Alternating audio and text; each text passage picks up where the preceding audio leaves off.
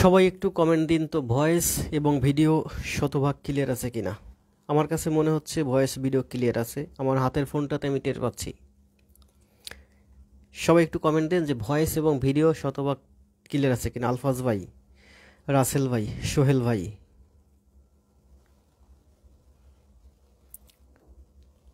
Voice এবং video যদি শতভাগ ঠিক থাকে তবে ক্লাস শুরু করব। আপনারা খাতা কলম নিয়ে বসেন, আমার সাথে সাথে প্র্যাকটিস করেন।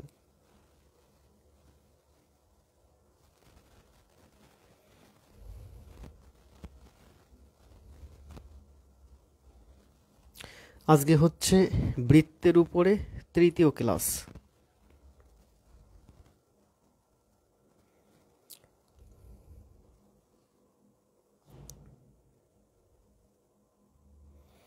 কমেন্ট দিয়েছেন ভয়েস এবং ভিডিও ক্লিয়ার আছে। যাক, সব কিছু যদি ক্লিয়ার থাকে তবে ক্লাস। হ্যাঁ, সাইমা বলছে সব ঠিক আছে। ও যাক, সব কিছু যদি ঠিক থাকে আপনারা আমার ক্লাসগুলো আপনাদের ভাই বোন বন্ধু যারা আছে তাদের কাছে একটু পৌঁছে দিয়েন। তৃষ্ণা রায় আছে, এস এম সবুজ আছে, সাইমা আছে। ধন্যবাদ সবাইকে সাথে থাকার জন্য। সবাই দ্রুত চলে আসেন এবং আপনাদের ভাই বোন বন্ধু যারা আমার এখানে জয়েন করছে, মহসিন পারভেজ আছে, যারা নোটিফিকেশান পায় না বা নোটিফিকেশান পাচ্ছে না তাদেরকেও নিয়ে আসবেন আমার এখানে। তাদের কাছে লাইভগুলো একটু শেয়ার করে দিন যাতে তারাও চলে আসতে পারে। ধন্যবাদ সবাইকে সাথে থাকার জন্য। খাতা কলম নিয়ে বসেন, আমার সাথে সাথে প্র্যাকটিস করবেন।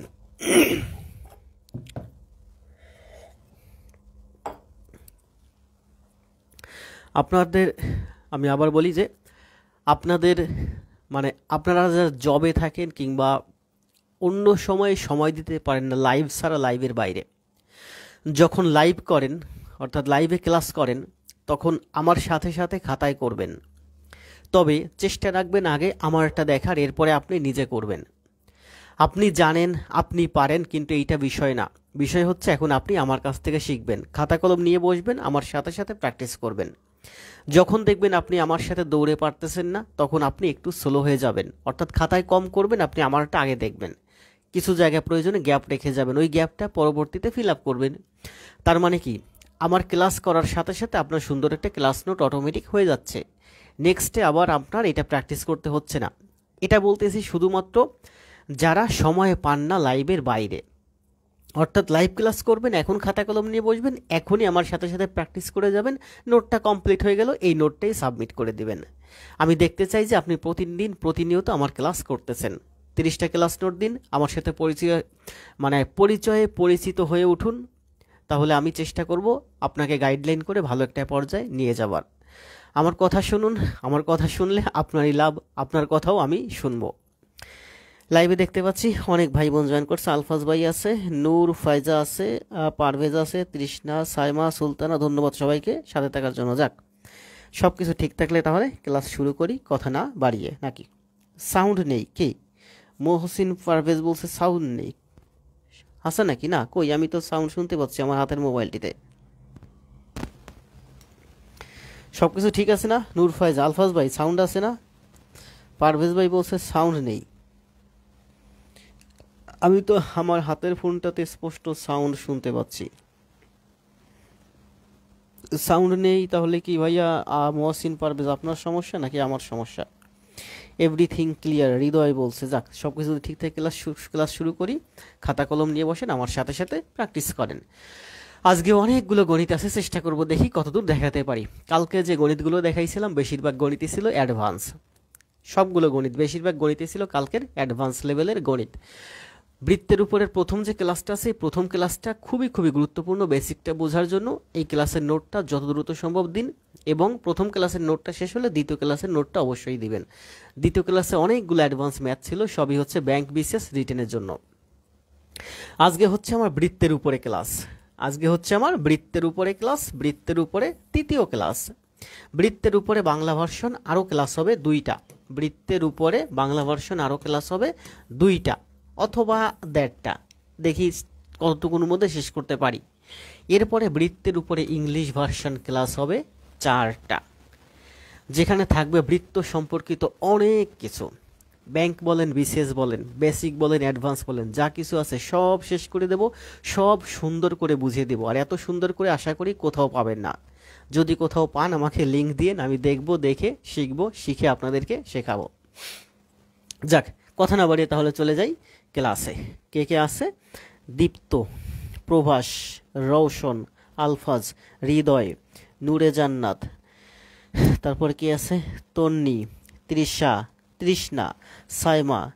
ধন্যবাদ। আমার আরও কয়েকটা বোন আছে। আসলে বোন যারা আছে বেশিরভাগই ওরা আসলে লাইভে থাকতে পারে না, কারো সংসার আছে, পরিবার আছে, যার কারণে তারা পরবর্তীতে ক্লাস দেখে, নোট করে এবং ক্লাস নোট সাবমিট করে। তবে চেষ্টা করবেন লাইভে থাকার। লাইভের ব্যাপারটা বা লাইভের মজাটাই আলাদা। কারণ লাইভে থাকা মানে আমি আপনার সামনে আছি এই মুহূর্তে, এমন একটা চিন্তা, এমন একটা ভাবনা আপনার ভিতরে কাজ করতেছে। একা একা পড়ার থেকে লাইভে আমি ভিডিও রেকর্ড দিলে কিন্তু দিতে পারি, কিন্তু আমি রেকর্ড ভিডিও কিন্তু দেই না, বেশি একটা দেই না। গত 3-4 মাসের ভিতরে কোনো রেকর্ড ভিডিও দেইনি, কারণ রেকর্ড ভিডিও ছেলেমেয়েরা দেখে না, আর রেকর্ড ভিডিও দেখে আসলে মজাও পাওয়া যায় না। আমার সাথে লাইভে থাকেন, লাইভ ক্লাসগুলো করেন, লাইভ ক্লাসগুলো দেখেন। আর আমার লাইভ ক্লাস শেষ হলে আগে বা পরে এই ক্লাসগুলো, যেহেতু আপনি আমার সাথে আছেন, আমাকে দেখতেছেন, আমার যখন লাইভ ছেড়ে চলে যাই তখন আমার এই ক্লাসগুলো আপনার করতে ভালো লাগবে, দেখতে ভালো লাগবে। যেহেতু আপনি প্রতিদিন লাইভে আছেন, সেই লাইভ ক্লাসগুলো আপনি আবার প্র্যাকটিস করতেছেন। তাহলে আগে জব পরে সব আমার এই স্লোগানের ভিত্তিতে ক্লাস হচ্ছে। প্রতিদিন 9টা 45 থেকে ক্লাস হবে, ক্লাস হবে টানা 1.5 ঘন্টা প্লাস। যাক, কথা না বাড়িয়ে ক্লাসে যাই। খেয়াল করেন, ক্লাস 1.5 ঘন্টার উপরে হবে। মানসিকভাবে প্রস্তুতি নিয়ে থাকেন যে দীর্ঘ সময় আমার সাথে লেগে থাকবেন। প্রথম ম্যাথটাতে কি বলা হয়েছে খেয়াল করেন। প্রথম এই ম্যাথটাতে বলা হয়েছে একটি ঘোড়া গাড়ির সামনের চাকার পরিধি 4 মিটার। একটি ঘোড়ার গাড়ির সামনের চাকার পরিধি 4 মিটার এবং পিছনের চাকার পরিধি 5 মিটার। তো আমরা যদি ঘোড়া হিসাব করি বা সাইকেলও হিসাব করি, সামনের চাকা সামনে থাকে আর পিছনের চাকা পিছনে থাকে। তো সামনের চাকার পরিধি হচ্ছে আমার 4 মিটার, সামনের চাকার পরিধি হচ্ছে আমার 4 মিটার আর পিছনের চাকার পরিধি হচ্ছে 5 মিটার। এই যে পরিধিটা হচ্ছে আমার 4 মিটার, মানে চারিদিকে দূরত্ব, আর এই পিছনের চাকার পরিধি হচ্ছে 5 মিটার। গাড়িটি কত পথ গেলে পেছনের চাকা অপেক্ষা 200 বার বেশি ঘুরবে? কে? সামনের চাকা পিছনের চাকা অপেক্ষা 200 বার বেশি ঘুরবে। তো এই যে একটা গাড়ি, এই গাড়িটা যখন সামনের দিকে এগিয়ে যাবে তখন এই চাকাটাও ঘুরবে, এই চাকাটাও ঘুরবে। যেহেতু এই চাকাটা ছোট, সেহেতু এই চাকাটা বেশি ঘুরবে, আর এই চাকাটা কি হবে? একটু তুলনামূলক কম ঘুরবে। তাহলে বলা হয়েছে কত পথ গেলে সামনের চাকা পিছনের চাকা অপেক্ষা 200 বার বেশি ঘুরবে। তাহলে খেয়াল করেন যে সামনের চাকার পরিধি মানে এই চারিদিকে দূরত্ব হচ্ছে 4 মিটার আর পিছনের চাকার দূরত্ব চারিদিকে দূরত্ব হচ্ছে 5 মিটার। তাহলে 4 দিয়ে এবং 5 দিয়ে ভাগ হয়, অর্থাৎ 4 আর 5 এর লসাগু হচ্ছে 20, 4 5 20। তাহলে এই গাড়িটা যদি 20 মিটার পথ যায়, খেয়াল করেন, এই গাড়িটা যদি 20 মিটার পথ যায়, তবে এই সামনের চাকা 4 দিয়ে ভাগ করেন 4 মিটার, সামনের চাকা 5 বার ঘুরবে। আর এই পিছনের চাকার পরিধি হচ্ছে 5 মিটার। তো 20 মিটার পথ গেলে এটা হলো আমার 20 মিটার। এই 20 মিটার পথ গেলে পিছনের চাকা ঘুরবে 4 বার। তাহলে কি দেখলাম যে 20 মিটার দীর্ঘ একটা পথ যদি এই গাড়িটা যায়, গমন করে, সামনের দিকে এগিয়ে যায়, তবে সামনের চাকা ঘুরবে 5 বার, পিছনের চাকা ঘুরবে 4 বার। তাহলে খেয়াল করেন যে এখানে আমরা দেখতে পাচ্ছি যে পিছনের চাকা যদি 4 বার ঘুরে, সামনের চাকা ঘুরে 5 বার 20 মিটার পথ যেতে। তাহলে 20 মিটার পথ যদি যায়, পিছনের চাকা ঘুরে 4 বার, সামনের চাকা ঘুরে 5 বার।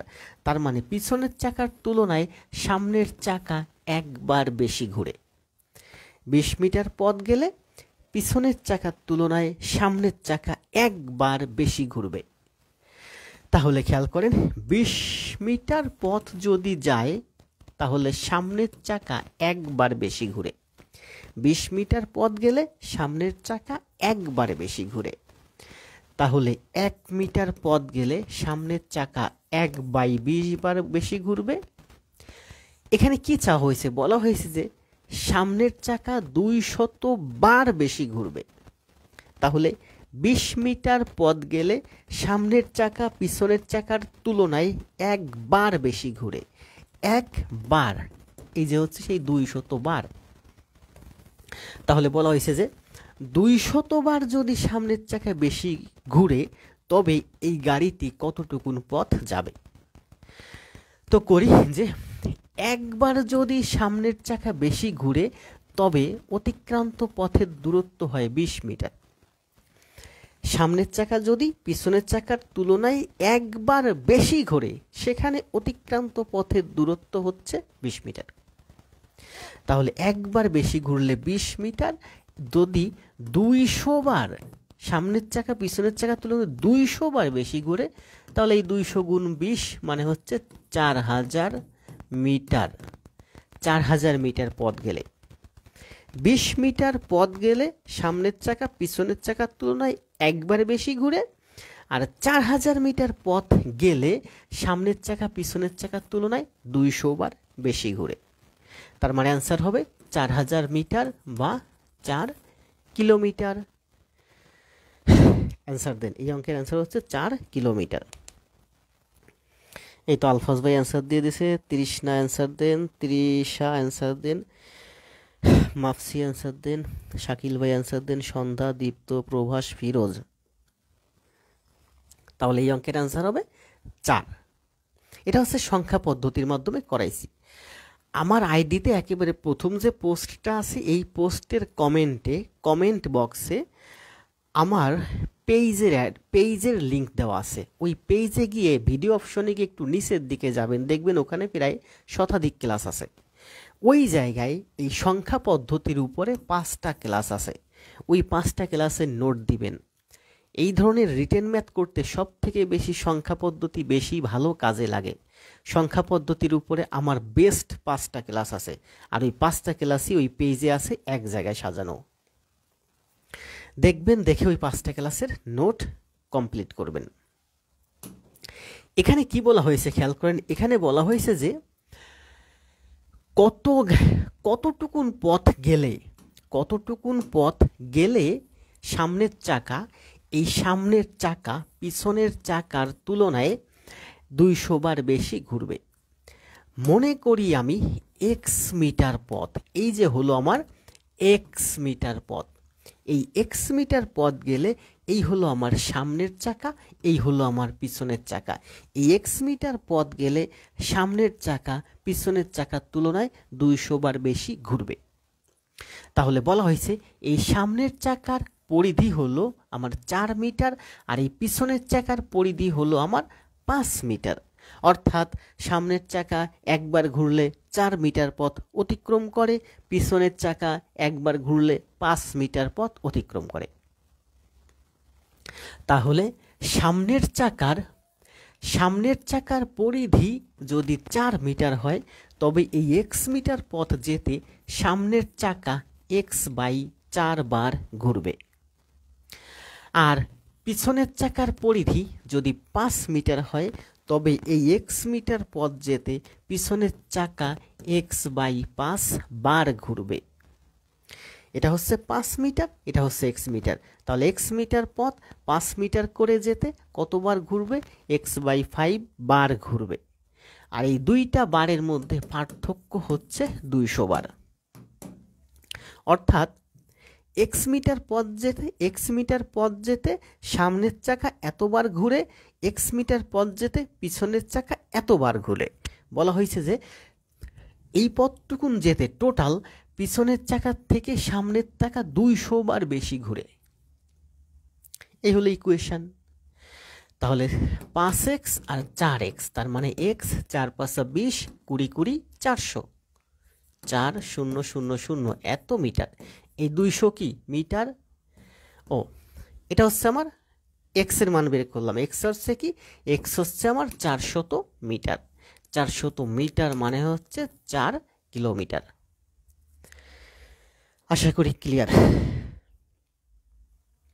সন্ধ্যা, ফিরোজ, রওশন, তৃষ্ণা, তিশা, সৌমেন, কীর্তুনিয়া, রাকিবুল, স্বপন, রোবায়েত, ধন্যবাদ সবাইকে, শফিকুল।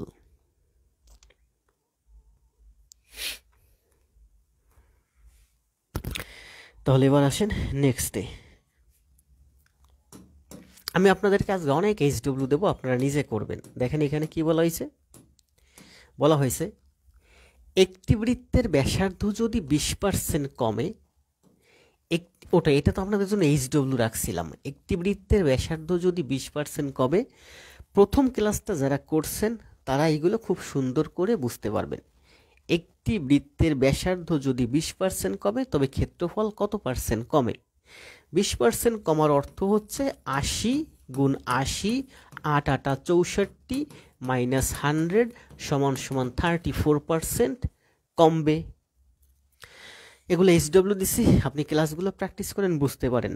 আর পার্সেন্টের ম্যাথ সব থেকে ভালো বোঝাতে পারবো আমি। পার্সেন্টের উপরে 16টা ক্লাস আছে আমার টানা, 8টা বাংলা ভার্সন, 8টা ইংলিশ ভার্সন। আপনি দেখেন, হয়তো আমার পেইড গ্রুপে আছে, নইলে ওই পেজে আছে, অথবা আমার আইডিতে আছে। এখানে কি বলছে, দুটি বৃত্তের ব্যাসার্ধের অনুপাত। কালকে এবং গত ক্লাসে দেখাইছি দুটি বৃত্তের ব্যাসার্ধের অনুপাত 3:9 হলে তাদের ক্ষেত্রফলের অনুপাত হয় 3 3 9:4। এগুলো রাখছি এইচডব্লিউ, আপনারা নিজেরা বাসায় প্র্যাকটিস করবেন। যে এটা কিভাবে হয় সেটা নিজে নিজে রিটেনে প্র্যাকটিস করবেন, মুখে মুখে না। এটা কি বলছে খেয়াল করেন, বলা হয়েছে যে একটি বৃত্তের ব্যাসার্ধ শতকরা 50% বৃদ্ধি করলে বৃত্তের ক্ষেত্রফল কত বৃদ্ধি পাবে। এখানে 4টা অপশন আছে, ক, খ, গ, ঘ। বলেন এটার অ্যান্সার কত। একটি বৃত্তের ব্যাসার্ধ শতকরা 50% বৃদ্ধি করলে বৃত্তের ক্ষেত্রফল কত বৃদ্ধি পাবে। অ্যান্সার দেন।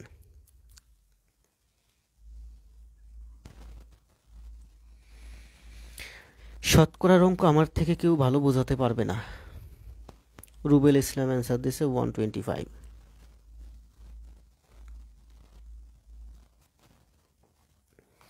সি 125। খেয়াল করেন, মনে করেন যে এই যে একটা বৃত্ত এবং এই যে একটা বৃত্ত, এই বৃত্তের ব্যাসার্ধ হচ্ছে আমার 1, তাহলে এই বৃত্তের ব্যাসার্ধ 50% বেড়ে 150% হলো, মানে 1.5 হলো। তাহলে এই বৃত্তের ক্ষেত্রফল আমরা লিখতে পারি পাই 1² মানে হচ্ছে পাই, আর এটা হচ্ছে পাই 1.5² মানে হচ্ছে 2.25, পাই 2.25। তাহলে এই ক্ষেত্রফলটা হলো শুধু পাই, আর এই ক্ষেত্রফলটা হলো 2.25 পাই। তার মানে এই জায়গার থেকে এই জায়গায় বৃদ্ধি পেল 1.155 পাই। এটা হলো এই বৃত্তের ক্ষেত্রফল, এইটা হলো আমার এই বৃত্তের ক্ষেত্রফল। তাহলে বৃদ্ধি পেল, এইটার থেকে এইটা বৃদ্ধি পেল 1.15 পাই। তাহলে এইটার তুলনায় এতটুকুন বৃদ্ধি পেল কত পার্সেন্ট। এটা ছিল আমার পাই, আর বৃদ্ধি পেল আমার 1.15 পাই। এইটার তুলনায় এইটা বৃদ্ধি পেল, এটা হলো অংশ, অংশকে 100 দিয়ে গুণ দিলে সেটা হয়ে যায় পার্সেন্ট।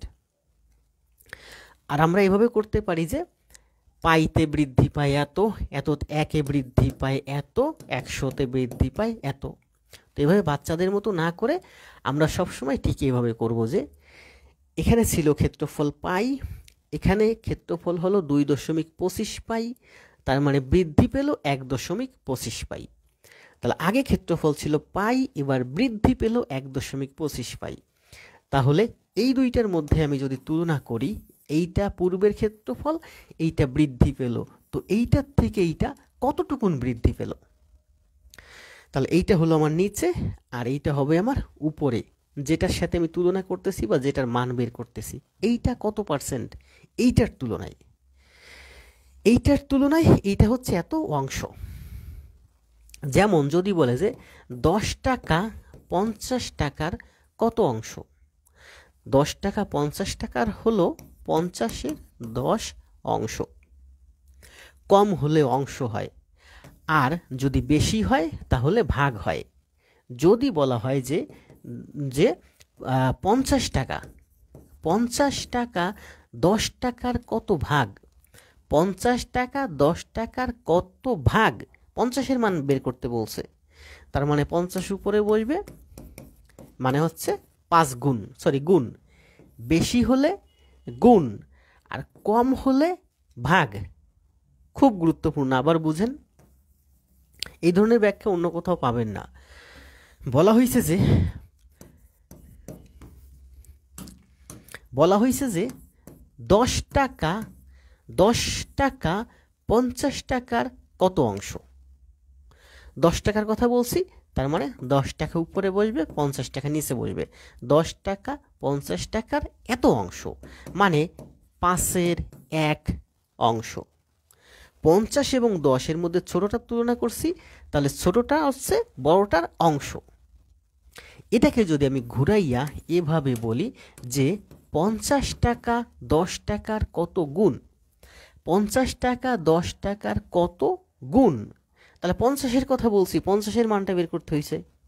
তাহলে 50 টাকা হলো 10 টাকার এত গুণ, মানে হচ্ছে 5 গুণ। বুঝতে পারছেন? এটা হলো অংশ, এটা হলো গুণ বা ভাগ, কত ভাগ। এবার এইগুলো আমরা যখন পার্সেন্টে প্রকাশ করি, খেয়াল করেন যে 10 টাকা 50 টাকার 10 টাকা 50 টাকার কত শতাংশ, 10 টাকা 50 টাকার কত শতাংশ, এটার শতাংশ বের করতে বলছে। তাহলে এই 10 টাকা হলো 50 টাকার 50-এর 10 অংশ। বের করতে বলছে যে এই 10 কত শতাংশ, এটা হলো অংশ। শতাংশ মানে কি? শতের অংশ। তাহলে এটা হলো অংশ, এটাকে শতকরায় প্রকাশ করতে হবে, সেটাকেই বলে শতাংশ, শতের অংশ। তাহলে এই 10 হলো 50-এর অংশ। যখন আপনাকে বলবে যে শতের অংশে প্রকাশ করো, তখন 100 দিয়ে গুণ দিলে হয়ে যায় শতাংশ। তাহলে 2 10 দুগুণী 20%। তাহলে খেয়াল করেন, এই 10 টাকা হলো 50 টাকার 20%। খুব সুন্দর না? এটা খুব সুন্দর। এই 10 টাকা হলো এই 50 টাকার 20%, তাই না? 20%। এখন খেয়াল করেন, আমরা লিখতে পারি যে 50 টাকার 20% কত হয়? 10। প্রমাণ করলাম 10। এবার আসেন, আমরা এখানে 10-এর তুলনা করছি 50-এর সাথে। আমরা যদি এখানে 50-এর তুলনা করি 10-এর সাথে, যে 50 টাকা 10 টাকার কত গুণ, তাহলে 50 টাকার কথা বলছে, 50 টাকার কথা বলছে, 50 টাকার মানটা বের করতে হবে। তাহলে 50 টাকা উপরে বসবে, 50 হচ্ছে 10-এর এত গুণ। ছোট হলে অংশ, বড় হলে গুণ। যেহেতু বড়টার মান বের করতে বলছি, তার মানে আমরা বলতে পারি 5 গুণ। 50 টাকা হলো 10 টাকার কত গুণ? 5 গুণ। তাহলে এটা কি? গুণ বা অংশ। এখন কথা হলো, যদি বলা হয় যে 50 টাকা 10-এর কত শতাংশ বা কত ভাগ, তাহলে এই 50-এর মান বের করতে বলছে 50/10, এটা হলো গুণ বা অংশ বা ভাগ। শতাংশ, তাহলে 100 দিয়ে গুণ দিলে আমার হয়ে যায় শতাংশ বা পার্সেন্ট। 0 0 কাটেন, তাহলে হয় 500%। তার মানে আমরা বলতে পারি 50 টাকা হলো 10 টাকার 500%। 50 টাকা হলো 10 টাকার 500%, মানে 500%। এবং 10 টাকা হলো 50 টাকার 20%। খুব সুন্দর না? খুব সুন্দর। আবার বুঝেন, বলা হয়েছে দুইটা সংখ্যা আছে, একটা আছে 10, একটা আছে 50। আমি যদি এই 50-এর সাথে এই 10-এর তুলনা করি, তাহলে এই 10 হলো এই 50-এর 20%।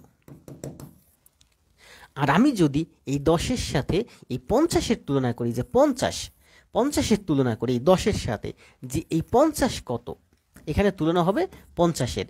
এই 50 হলো 10-এর 500%। অর্থাৎ যেটার তুলনা করা হয়, যেটার মান বের করতে বলা হয়, সেটা উপরে বসে। তাহলে খেয়াল করেন, দেখেন কত সুন্দর করে ব্যাখ্যা করে বোঝাই দিলাম। বলছে এখানে ছিল পাই, সেটা বৃদ্ধি পেয়ে পেল হলো 1.15 পাই। তাহলে এই 1.15 পাই, এই পাইয়ের তুলনায় কত শতাংশ? তাহলে এইটার মান বের করতে বলছে। তাহলে আমরা লিখতে পারি 1.15 পাই আর এটা পাই। এটার মান বের করতে বলছে, এইটা উপরে, এটা শুরুতে ছিল, এইটা নিচে। এইটার অংশ হলো এইটা, এইটার অংশ হলো এইটা। তো অংশকে 100 দিয়ে গুণ দিলে হবে পার্সেন্ট বা শতাংশ।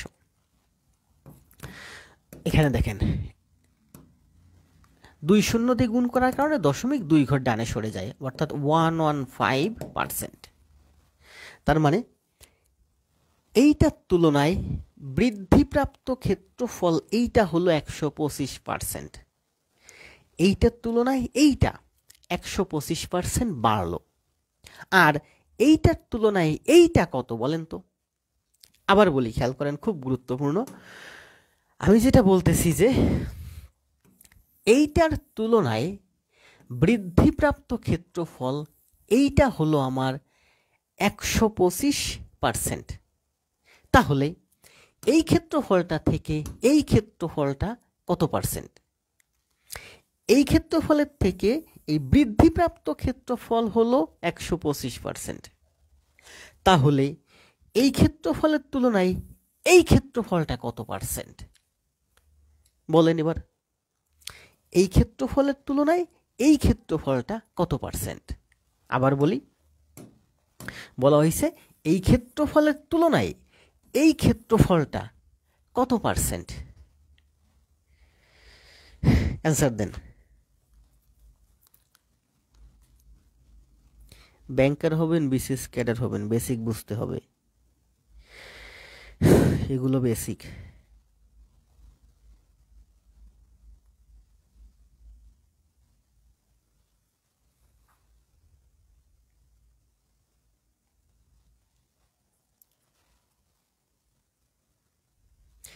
কই পারতেছেন না?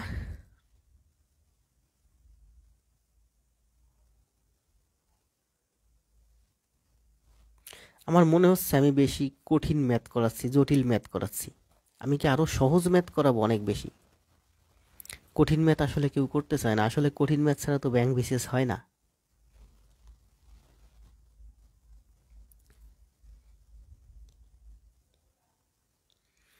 এই তো রুবেল ইসলাম বুঝতে পারছে, 225%। ধন্যবাদ রুবেল ভাই।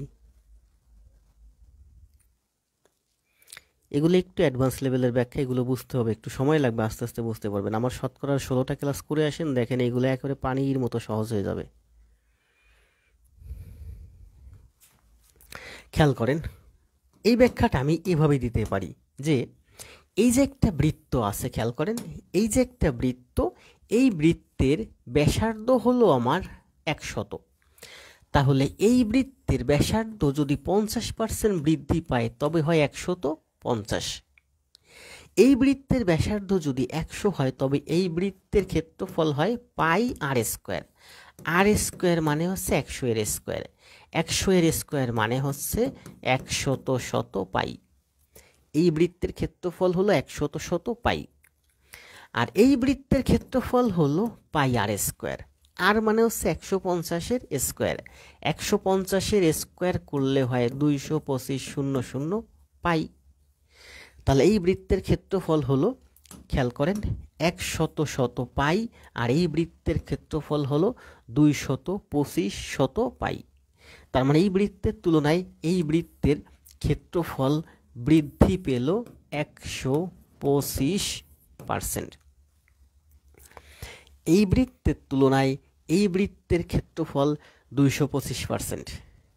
আবার বুঝেন, এই বৃত্তের তুলনায় এই বৃত্তের ক্ষেত্রফলের তুলনায় এই বৃত্তের ক্ষেত্রফল হলো 225%। তাহলে বলছে কত বৃদ্ধি পাবে, বৃদ্ধি পেল কত? এটা যদি 100% হয় এটা হলো 225%, এটা যদি 100% হয় এটা হলো 225%, তার মানে বৃদ্ধি পেল 125%।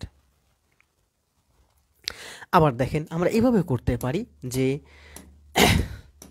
মনে করেন যে এই যে একটা বৃত্ত, এই বৃত্তের ব্যাসার্ধ হলো আমার 10, আর এই যে একটা বৃত্ত, এই বৃত্তের ব্যাসার্ধ হলো আমার 50% বৃদ্ধি পেল, মানে হচ্ছে 15।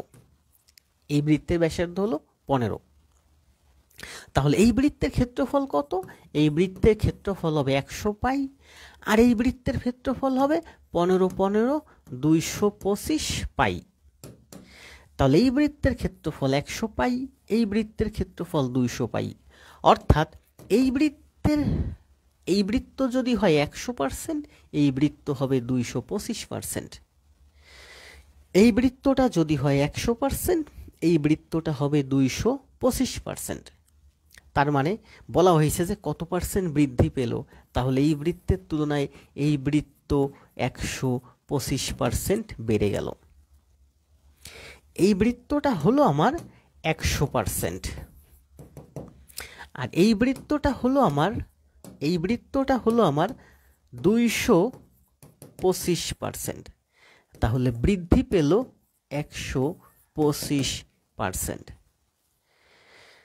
আপনি যদি বেসিকটা বুঝতে পারেন এই ধরনের অঙ্ক যে কোনোভাবে ঘুরাই ফিরাই করে দিতে পারবেন।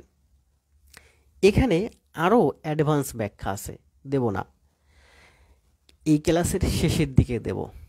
যাদের দরকার, অ্যাডভান্স ব্যাখ্যা দিতে গেলে স্টুডেন্ট লাইভে থাকবে না, চলে যাবে। ক্লিয়ার হয়েছে না এখন? আলফাজ ভাই, রুবেল ইসলাম, রওশন সবাই অ্যান্সার দিছে।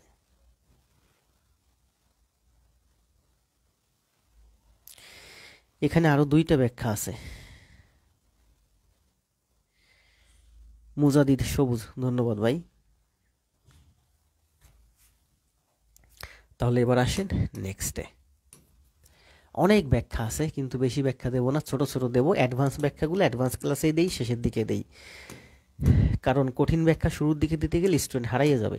যাদের দরকার শেষ পর্যন্ত থাকবে তারাই শিখবে আমার কাছ থেকে। বৃত্তের ব্যাস দ্বিগুণ বৃদ্ধি পেলে এর পরিধি কত গুণ বৃদ্ধি পায়? খেয়াল করুন, বৃত্তের ব্যাস দ্বিগুণ যদি হয়, ব্যাস দ্বিগুণ হওয়া যা, ব্যাসার্ধ দ্বিগুণও তা। তাহলে বৃত্তের, মনে করেন যে এই বৃত্তের ব্যাসার্ধ হলো 1, যদি এই বৃত্তের ব্যাসার্ধ হয় 2, তবে এই বৃত্তের পরিধি হয় 2 পাই আর। এই বৃত্তের পরিধি হয় 2 পাই আর। এই বৃত্তের পরিধি হলো তাহলে আর, মানে এখানে 1, তাহলে এই বৃত্তের পরিধি হলো 2 পাই, আর এই বৃত্তের পরিধি হলো আমার, যাক এখানেই করি, এই 1 আমি মুছে দিই, 1 থাকাও যা না থাকাও তা। তাহলে এই বৃত্তের পরিধি হলো 2 পাই, আর এই বৃত্তের পরিধি হলো 4 পাই। তবে এই বৃত্তের পরিধি তুলনায় এই বৃত্তের পরিধি কত গুণ বৃদ্ধি পেল? 2 গুণ বৃদ্ধি পেল। কিভাবে? আমি 4 পাইকে 2 পাই দিয়ে ভাগ করলে 2 হয়। তাহলে খেয়াল করেন, এগুলো কিন্তু খুব গুরুত্বপূর্ণ অঙ্ক, প্রচুর আসে এইগুলোই চাকরি পরীক্ষায়। আর সামনে অ্যাডভান্স করাবো, এগুলো না বুঝলে অ্যাডভান্স বুঝবেন না। এই বৃত্তের ক্ষেত্রফল হলো আমার 2 পাই, 1 দিয়ে গুণ করলে 2 পাই হয়, আর এই বৃত্তের ক্ষেত্রফল হলো আমার 4 পাই। তাহলে এই বৃত্তের তুলনায় এই বৃত্তের ক্ষেত্রফল বৃদ্ধি পেল 2 গুণ। তাহলে কি দেখলাম যে পরিধি যদি দ্বিগুণ হয়, ব্যাস বা ব্যাসার্ধ যদি দ্বিগুণ হয়, পরিধিও দ্বিগুণ হয়। ব্যাস বা ব্যাসার্ধ যদি 3 গুণ হয়, পরিধিও 3 গুণ বৃদ্ধি পায়। গতকালকের ক্লাসে এগুলো খুব সুন্দরভাবে ব্যাখ্যা করছি ক্ষেত্রফলেরটা। এবার দেখেন, এই বৃত্তের ব্যাসার্ধ 1 আর এই বৃত্তের ব্যাসার্ধ 2, তাহলে এই বৃত্তের ক্ষেত্রফল হচ্ছে পাই আর স্কোয়ার, এই বৃত্তের ক্ষেত্রফল হচ্ছে পাই আর স্কোয়ার। এই বৃত্তের ক্ষেত্রফল হলো পাই আর এই বৃত্তের ক্ষেত্রফল হলো 4 পাই। তাহলে ক্ষেত্রফল বৃদ্ধি পেল 4 গুণ। অর্থাৎ বৃত্তের ব্যাসার্ধ যখন দ্বিগুণ করা হলো, ক্ষেত্রফল তখন তার স্কোয়ার গুণ 4 গুণ বৃদ্ধি পেল। বৃত্তের মনে করেন এই বৃত্তের ব্যাসার্ধ হচ্ছে, এই বৃত্তের ব্যাসার্ধ হচ্ছে 3 আর এই বৃত্তের ব্যাসার্ধ হচ্ছে 9। তার মানে বৃত্তের ব্যাসার্ধ 3 গুণ বৃদ্ধি করছি, ক্ষেত্রফল 9 গুণ বৃদ্ধি পাবে। এই বৃত্তের আবার বলি, এই বৃত্তের ব্যাসার্ধ খেয়াল করেন, এই বৃত্তের ব্যাসার্ধ হলো 1 আর এই বৃত্তের ব্যাসার্ধ হলো 3। তাহলে ব্যাসার্ধ কত গুণ বৃদ্ধি পেলাম? 3 গুণ। তাহলে এই বৃত্তের তুলনায় এই বৃত্তের ক্ষেত্রফল 9 গুণ বৃদ্ধি পাবে। আবার বলি, গতকালকে এইগুলো সুন্দর করে ব্যাখ্যা করছি। এই বৃত্তের ক্ষেত্রফল যদি হয় 2 আর এই বৃত্তের ক্ষেত্রফল যদি হয় 8, তার মানে ব্যাসার্ধ 4 গুণ বৃদ্ধি করছি, তাহলে ক্ষেত্রফল 16 গুণ বৃদ্ধি পাবে। ক্ষেত্রফল 16 গুণ বৃদ্ধি পাবে। তাহলে সর্বশেষ আমরা অনুসিদ্ধান্ত উপনীত হতে পারি যে বৃত্তের, খেয়াল করেন, বৃত্তের ব্যাস বা ব্যাসার্ধ, বৃত্তের ব্যাস বা ব্যাসার্ধ যদি 2 গুণ হয় বা 3 গুণ হয় বা 4 গুণ হয় বা 5 গুণ হয়, ক্ষেত্রফল পরিধিও এই পরিধিটাও সেই 2 গুণ 3 গুণ 4 গুণ 5 গুণই বৃদ্ধি পাবে। ব্যাসার্ধ বা ব্যাস যত গুণ বৃদ্ধি পাবে, পরিধিও ঠিক তত গুণ বৃদ্ধি পাবে। আর বৃত্তের ব্যাস বা ব্যাসার্ধ যত গুণ বৃদ্ধি পাবে, ক্ষেত্রফল তার স্কোয়ার গুণ বৃদ্ধি পাবে। অর্থাৎ এই বৃত্তের ব্যাস বা ব্যাসার্ধ বা পরিধি, তিনটেই বলছি, ব্যাস, ব্যাসার্ধ বা পরিধি যদি যত গুণ বৃদ্ধি পাবে, ক্ষেত্রফল তার 3 গুণ বৃদ্ধি পাবে। গত ক্লাসে এগুলো আমি খুব সুন্দর করে ব্যাখ্যা করছি। তাহলে খেয়াল করেন, এই বৃত্তের ব্যাস বা ব্যাসার্ধ বা পরিধি যদি দ্বিগুণ বৃদ্ধি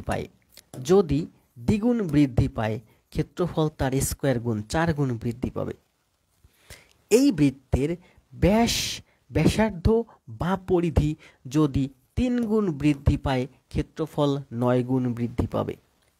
এই বৃত্তের ব্যাস, ব্যাসার্ধ বা পরিধি যদি 4 গুণ বৃদ্ধি পায়, তবে ক্ষেত্রফল 16 গুণ বৃদ্ধি পাবে। এগুলো বুঝতে হবে, অ্যাডভান্স ম্যাথ করতে গেলে প্রচুর লাগবে এগুলা।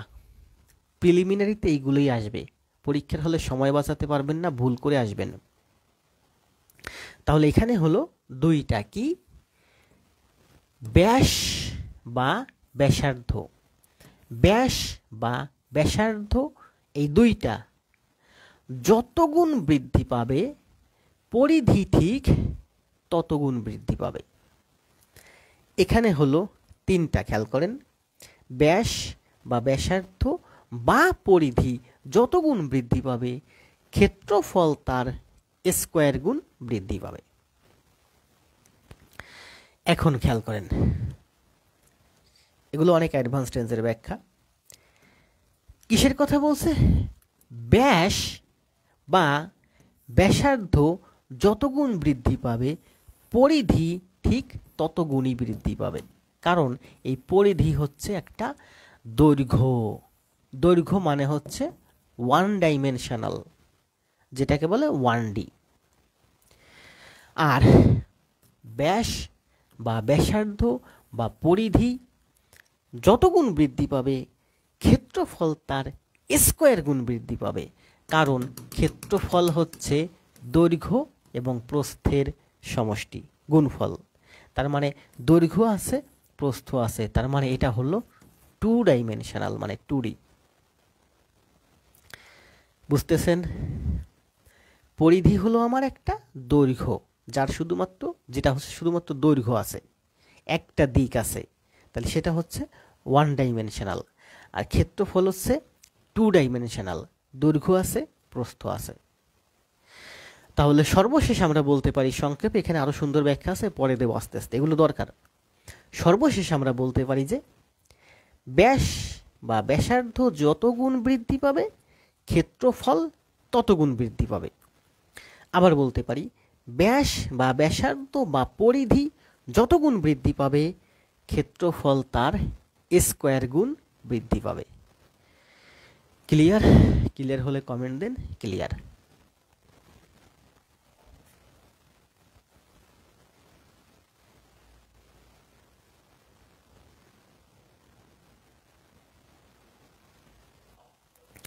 ব্যাস, রিপন বলছে ব্যাস, শুধু ব্যাস বললে হবে না, ব্যাস, আমি কিন্তু শুধু ব্যাসের কথা বলি নাই। আপনারা সারা জীবন করছেন ব্যাস ব্যাসার্ধ, ব্যাস ব্যাসার্ধ, এখন ম্যাথ একটু অ্যাডভান্স হয়েছে, ব্যাস ব্যাসার্ধ এখন কম আসে, এখন এই যে একটু অ্যাডভান্স ব্যাখ্যা দিচ্ছি, অ্যাডভান্স ব্যাখ্যাগুলো আসে, শুধু ব্যাসের কথা বললে হবে না। ব্যাস, ব্যাসার্ধ বা পরিধি যত গুণ বৃদ্ধি পাবে, ক্ষেত্রফল তার স্কোয়ার গুণ বৃদ্ধি পাবে। ব্যাস বা ব্যাসার্ধ যত গুণ বৃদ্ধি পাবে, পরিধি ঠিক তত গুণ বৃদ্ধি পাবে। বুঝছেন? কে কে কমেন্ট দেন। এই তো রিপন ভাই বুঝছে, আজাদ বুঝছে, বজলুর রহমান বুঝছে, বজলুর ভাই নোট দিয়েন, মুজাদিদ সবুজ বুঝছে, ফিরোজ ভাই বুঝছে। ধন্যবাদ সবাইকে।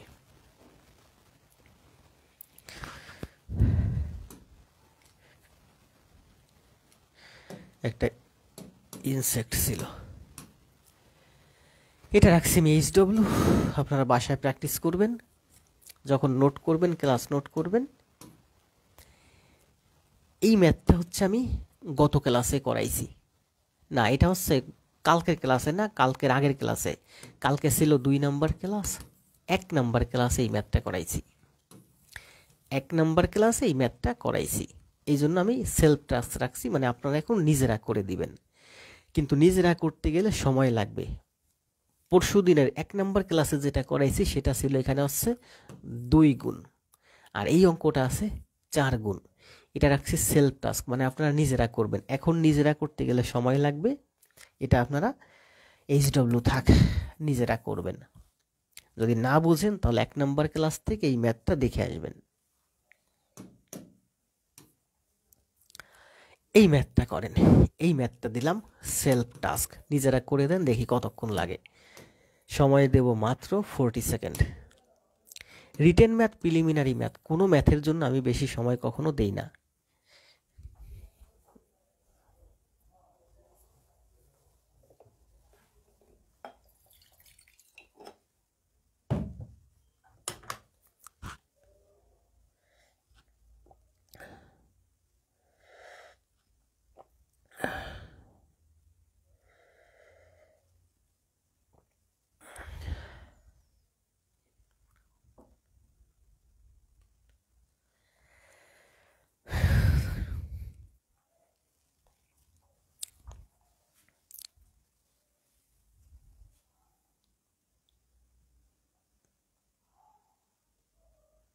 হ্যাঁ, রিপন মজুমদার ধন্যবাদ। এটা হচ্ছে দ্বিতীয় অনুসিদ্ধান্ত।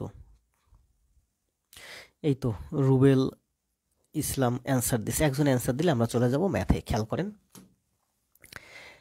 ম্যাথ ব্যাংকের জন্য, BCS এর জন্য একটু অ্যাডভান্স লেভেলের জিনিসগুলো দরকার হয়, যে জিনিসগুলো আমি ব্যাখ্যা করতে গেলেই লাইভে স্টুডেন্ট হারিয়ে যায়। আসলে এগুলো দরকার, এগুলো আপনার শিখতে হবে, আজকে শেখেন আর কালকে শেখেন।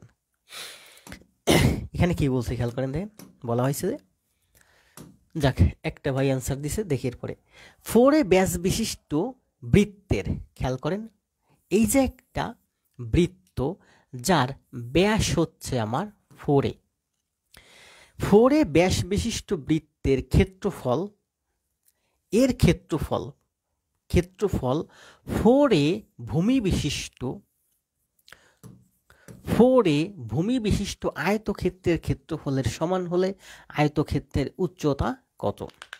আয়তক্ষেত্রের উচ্চতা মানে এই সাইডের দৈর্ঘ্য কত? এইটার ক্ষেত্রফল আর এইটার ক্ষেত্রফল সমান। তাহলে আমরা করি, এটা হচ্ছে আমার ব্যাস হচ্ছে 4a, তার মানে আমার ব্যাসার্ধ হবে আমার টয়েজে। ব্যাসার্ধ যদি টয়েজে হয়, এই বৃত্তের ক্ষেত্রফল হচ্ছে পাই আর স্কোয়ার। আর স্কোয়ার মানে টয়েজে তার স্কোয়ার। এগুলো আবার বুঝবে না অনেকে, আচ্ছা দরকার নেই। পাই আর স্কোয়ার, আর স্কোয়ার মানে টয়েজে এসছে আর আর স্কোয়ার মানে হচ্ছে 4a স্কোয়ার।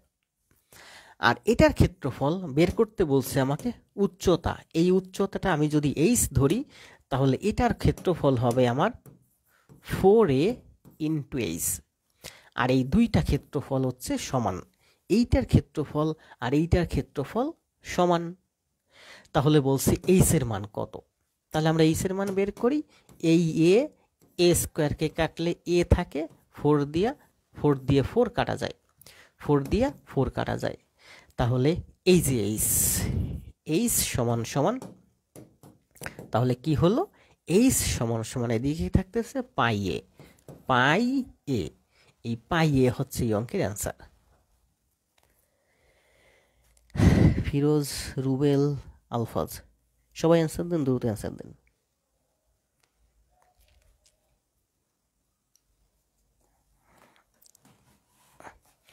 দীর্ঘক্ষণ দাঁড়িয়ে থাকতে কষ্ট হয়, তাই চেয়ারে হাত বাঁধিয়ে দাঁড়িয়ে থাকি। এই তো রিভন ভাই অ্যান্সার দিচ্ছে, দ্রুত অ্যান্সার দেন, দ্রুত।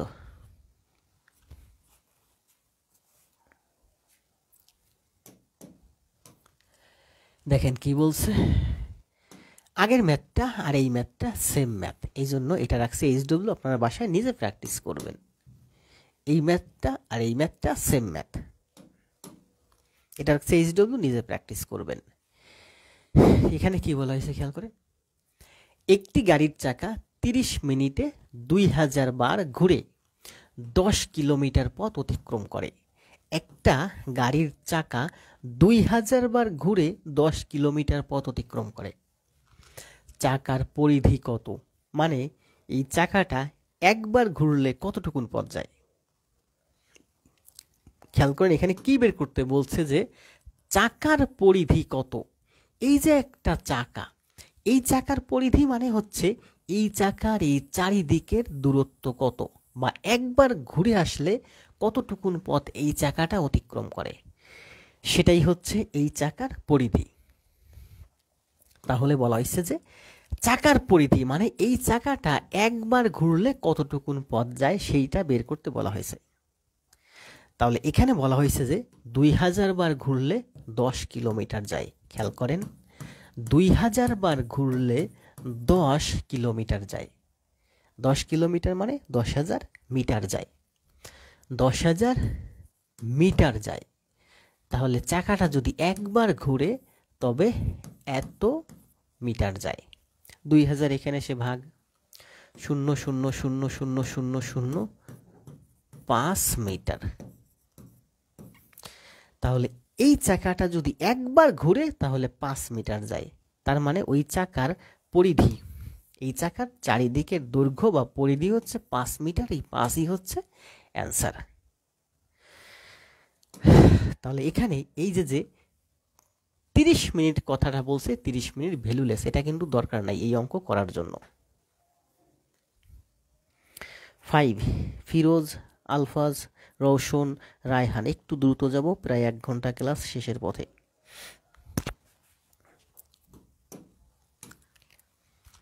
বৃত্তাকার, এটা রাখছে এইচডব্লিউ, বাসায় প্র্যাকটিস করবেন, একটু সহজ আছে। একটি গাড়ির চাকা প্রতি মিনিটে 90 বার ঘুরে, প্রতি মিনিটে 90 বার ঘুরে 1.5 সেকেন্ডে চাকাটি কত ডিগ্রি ঘুরবে। বলছে কি মিনিটে 90 বার ঘুরে, তার মানে 60 মিনিটে চাকাটি 90 বার ঘুরে। তাহলে আমাকে বের করতে হবে 1.5 মিনিটে চাকাটি কতবার ঘুরবে। মিনিটে মানে কি, এখানে বলছে 1.5 সেকেন্ড, তাহলে এটা যদি সেকেন্ড হয় এই মিনিটটাকে আমি সেকেন্ড বানিয়ে ফেললাম। প্রতি মিনিটে 90 বার মানে 60 সেকেন্ডে 90 বার। তাহলে 60 সেকেন্ডে 90 বার। এখন অ্যান্সার কি চাইছে? অ্যান্সার চেয়েছে কত ডিগ্রি ঘোরে। 60 সেকেন্ডে 90 বার। 90 বার মানে হচ্ছে 90 ইন্টু 360 ডিগ্রি। একটা চাকা একবার ঘুরলে 360 ডিগ্রি ঘুরে। একটা বৃত্ত ঘুরে আসে, একটা বৃত্ত মানে হচ্ছে কেন্দ্রে 360 ডিগ্রি কোণ উৎপন্ন করে। তাহলে একটা চাকা একবার ঘোরা মানে 360 ডিগ্রি ঘোরা। তাহলে 90 বার ঘোরা মানে 90 গুণ 360 ডিগ্রি ঘোরা। তাহলে একটা চাকা প্রতি মিনিটে মানে 60 সেকেন্ডে এত 90 বার মানে এত ডিগ্রি ঘুরে। তাহলে 60 সেকেন্ডে এত ডিগ্রি ঘুরে। তাহলে এটা হচ্ছে 60 সেকেন্ড।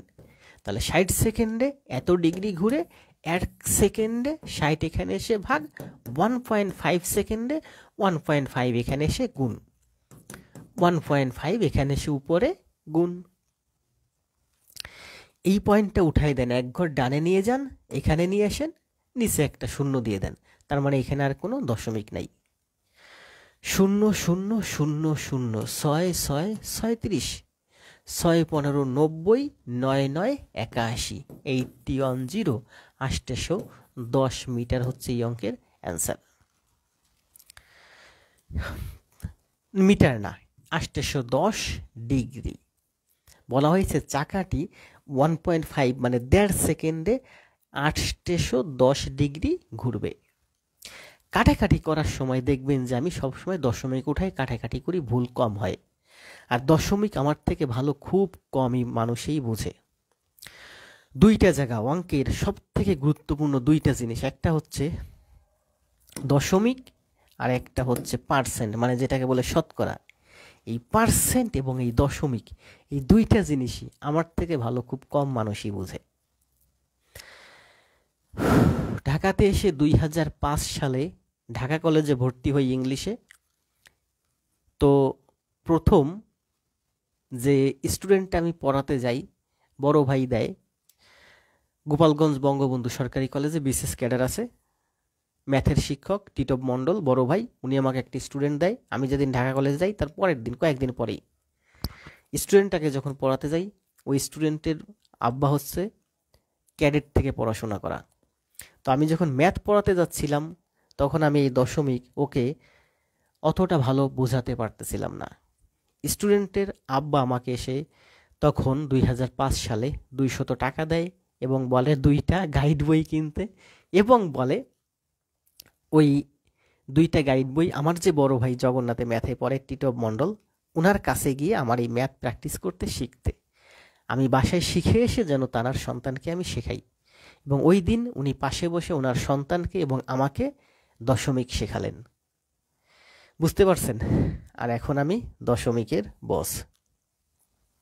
বস না আর কি, দশমিক আমি ভালো পারি, শতকরা আমি ভালো পারি। এটা 2005 সালের ঘটনা। মানে আমি গেছি স্টুডেন্ট পড়াতে, স্টুডেন্টের আব্বা আমাকে পড়াচ্ছিল এবং আমাকে বলতেছিল 200 টাকা দিয়ে যে তুমি 2টা গাইড বই কিনবা, তোমার বড় ভাইয়ের কাছে গিয়ে ম্যাথ প্র্যাকটিস করবা, এগুলো তারপরে সুন্দর করে তুমি বুঝে এসে আমার সন্তানকে বোঝাবা।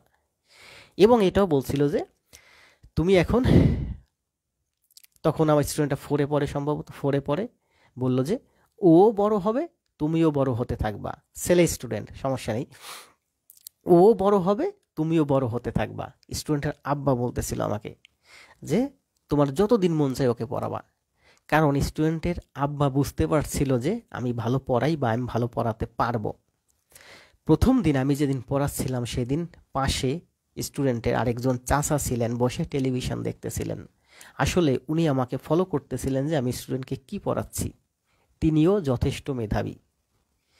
তার মানে 2005 সালে আমি যখন মাত্র ঢাকাতে আসছি, ঢাকা কলেজে ভর্তি হয়েছি, তখন ওই সময়েই আমার স্টুডেন্টের আঙ্কেল এবং স্টুডেন্টের আব্বা দুইজনই বুঝতে পারছিলেন যে আমার দ্বারা তার সন্তানকে ভালো কিছু করানো সম্ভব।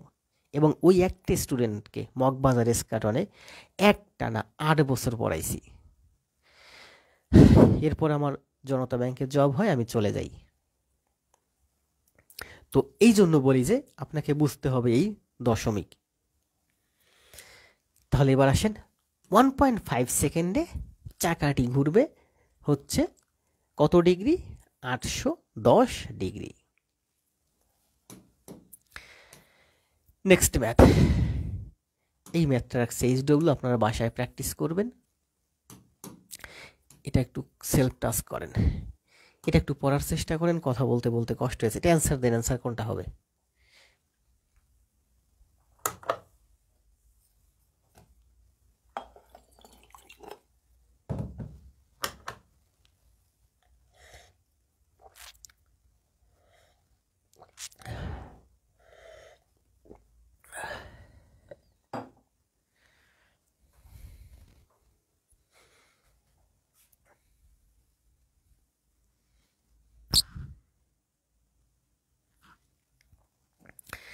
দেখাবো, সব দেখাবো। রুবেল ইসলাম বলছে সূক্ষ্মকোণ। আপনারা একটু অ্যান্সার দেন তো। সূক্ষ্মকোণ খ। আরেকজন দিছে সি সমকোণ।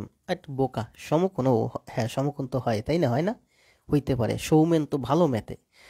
খ ক আরমান মোহাম্মদ রিপন। এবার দেখেন, প্রাইমারি নিবন্ধনের ক্লাসে দেখবেন যে স্টুডেন্ট প্রচুর উপস্থিতি ক্লাসে। ব্যাংক বিসিএস একটু অ্যাডভান্স ম্যাথ করাতে স্টুডেন্ট নাই। আমি যদি এই মুহূর্তে ধুমাইয়া ক্লাস নেই ব্যাংক বিসি মানে প্রাইমারি নিবন্ধন ম্যাথের উপরে, আমার লাইভে প্রচুর উপস্থিতি থাকবে, প্রচুর উপস্থিতি থাকবে।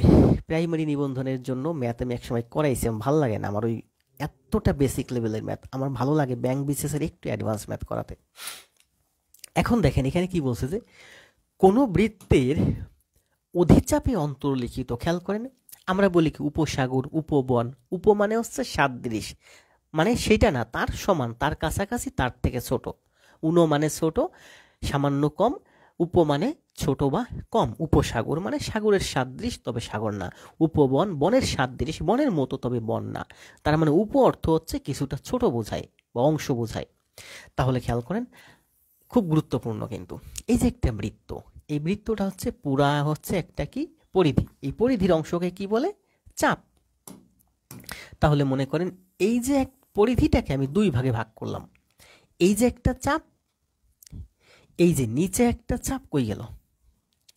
এই যে নিচে একটা চাপ আর এই যে উপরে একটা চাপ।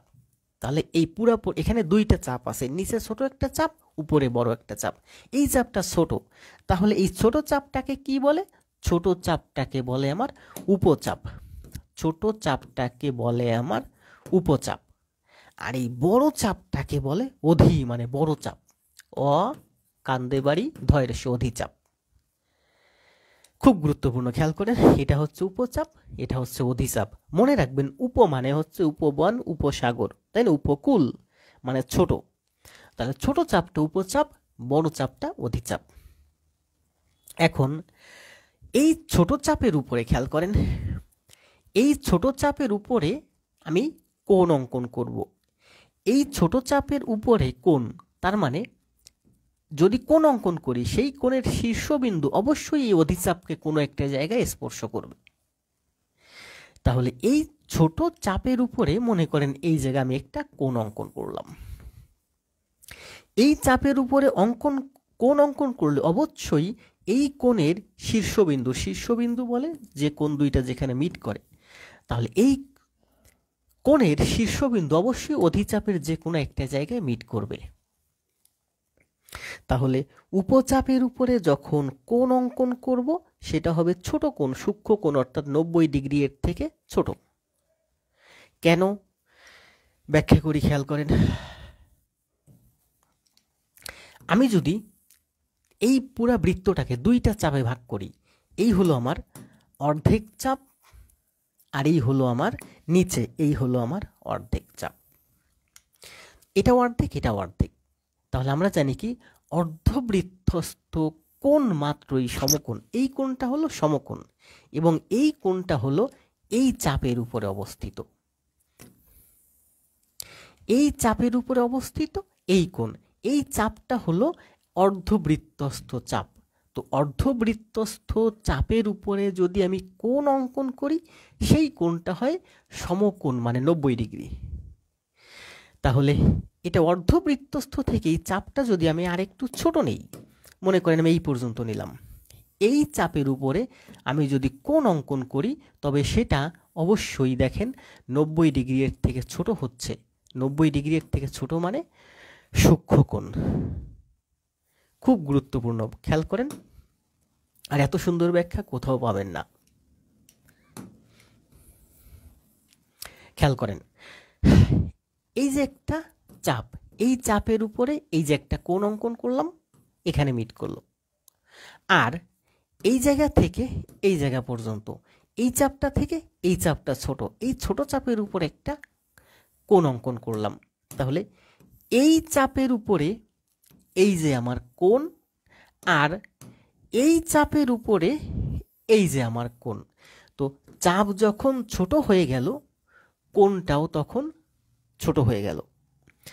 তার মানে আমি যদি এই যে একটা বৃত্ত অঙ্কন করি, সেই বৃত্তটাকে অর্ধবৃত্তস্থ করি, তবে এই অর্ধবৃত্তস্থ বা অর্ধবৃত্ত চাপের উপরে এই কোণের তুলনায় আমি যদি এইটুকের উপর একটা কোণ অঙ্কন করি, তাহলে এই চাপের তুলনায় এই চাপ ছোট, তার মানে এই কোণের তুলনায় এই কোণ ছোট। প্রথমে ছিল আমার এই কোণ, এই কোণের তুলনায় এই চাপের উপরে এই কোণ ছোট, তার মানে চাপ যত ছোট হবে কোণ তত ছোট হবে। তাহলে অর্ধবৃত্তস্থ চাপের উপরে কোণ অঙ্কন করলে সেটা হয় 90 ডিগ্রি। তাহলে এই অর্ধবৃত্তস্থ চাপের যদি আরেকটু ছোট নেই, এইটুকুন নেই, তাহলে এইটুকের উপরে যদি আমি, এই হলো অর্ধবৃত্তস্থ চাপ, তার থেকে ছোট এইটুকের উপর যদি আমি কোণ অঙ্কন করি, তাহলে তার সমকোণের থেকে ছোট হবে, মানে 90 ডিগ্রির থেকে ছোট হবে, মানে সূক্ষ্মকোণ হবে। বুঝতে পারতেছেন? সূক্ষ্মকোণ হবে। তাহলে একটা বৃত্তকে আমি যদি সোজা দুইটা ভাগে ভাগ করি, দুইটা চাপ করি, মনে করেন উপরে একটা চাপ, নিচে একটা চাপ, এবং একটা চাপের থেকে আরেকটা চাপ যদি বড় ছোট নেই, তাহলে আমরা দেখতেছি অধিচাপ মানে ছোট, অধিচাপ মানে ছোট, ছোট মানে অর্ধবৃত্তের থেকে ছোট, উপচাপ মানে বড়, বড় মানে অর্ধবৃত্ত থেকে বড়। তাহলে আমরা কি বলতে পারি? আমরা বলতে পারি যে এই হলো আমার এই যে চাপটুকুন, এই চাপটুকুন হলো আমার মনে করেন একটা উপচাপ। তাহলে উপচাপের উপরে অঙ্কিত কোণ অবশ্যই 90 ডিগ্রির থেকে ছোট হবে, কারণ উপচাপ মানেই হচ্ছে অর্ধবৃত্ত থেকে ছোট চাপ। অর্ধবৃত্তের উপরে চাপ আঁকলে সেটা হয় 90 ডিগ্রি। তো অর্ধবৃত্তের থেকে ছোট চাপ হলো আমার উপচাপ, তার মানে তার উপরে কোণ অঙ্কন করলে 90 ডিগ্রির থেকে ছোট হবে, মানে সূক্ষ্মকোণ হবে। তাহলে কি বললাম? যে অর্ধবৃত্ত, এই হলো আমার কি চাপ? ছোট চাপ, অর্ধবৃত্তের থেকে ছোট মানে উপচাপ। তাহলে উপচাপের উপরে কোণ অঙ্কন করলে তা হয় সূক্ষ্মকোণ। আর উপচাপ, আর যদি অধিচাপ, এই যে হলো আমার অধিচাপ মানে বড় যে চাপটা, এই যে বড় অধিচাপ, অধিচাপের উপরে কোণ অঙ্কন করলে তা হয় 90 ডিগ্রির থেকে বড়, সেটা হয় কি? স্থূলকোণ। স্থূলকোণ না? স্থূলকোণ। তাহলে এবার আসেন আবার বলি, খেয়াল করেন, এটা হলো আমার উপচাপ, এইটুকুন হলো আমার উপচাপ। তো উপচাপের উপরে কোণ অঙ্কন করলে তা সূক্ষ্মকোণ হয়। আর মনে করেন যে এইটুকুন নিলাম আমি, অর্ধবৃত্তের থেকে বেশি এইটুকুন নিলাম, এটুকুন কি চাপ? এটুকুন হলো আমার একটা অধিচাপ। অধিচাপের উপরে কোণ অঙ্কন করলে সেই কোণটা হয় স্থূলকোণ, সেই কোণটা হয় স্থূলকোণ।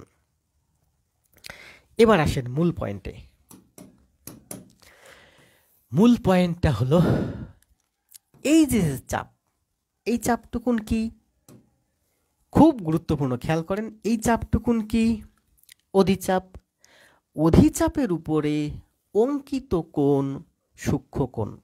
তাহলে এই কোণের শীর্ষবিন্দু কোথায় মিট করতেছে? এই এটা হচ্ছে উপচাপ। উপচাপের উপর অঙ্কিত কোণ অবশ্যই সূক্ষ্মকোণ, এবং সেই সূক্ষ্মকোণ কোথায় মিট করতেছে? অধিচাপের যে কোনো বিন্দুতে। এখন যদি বলে, খেয়াল করেন আবার, এইটা কি চাপ? এইটা হলো উপচাপ। উপচাপের উপরে এই কোণ অঙ্কন করলাম, এটা হচ্ছে উপচাপের উপরে। যদি উপচাপের উপরে না এঁকে কোণটা যদি আমি উপচাপের ভিতরে আঁকি, মানে উপচাপে অন্তর্লিখিত, এই হলো আমার উপচাপ। এই উপচাপে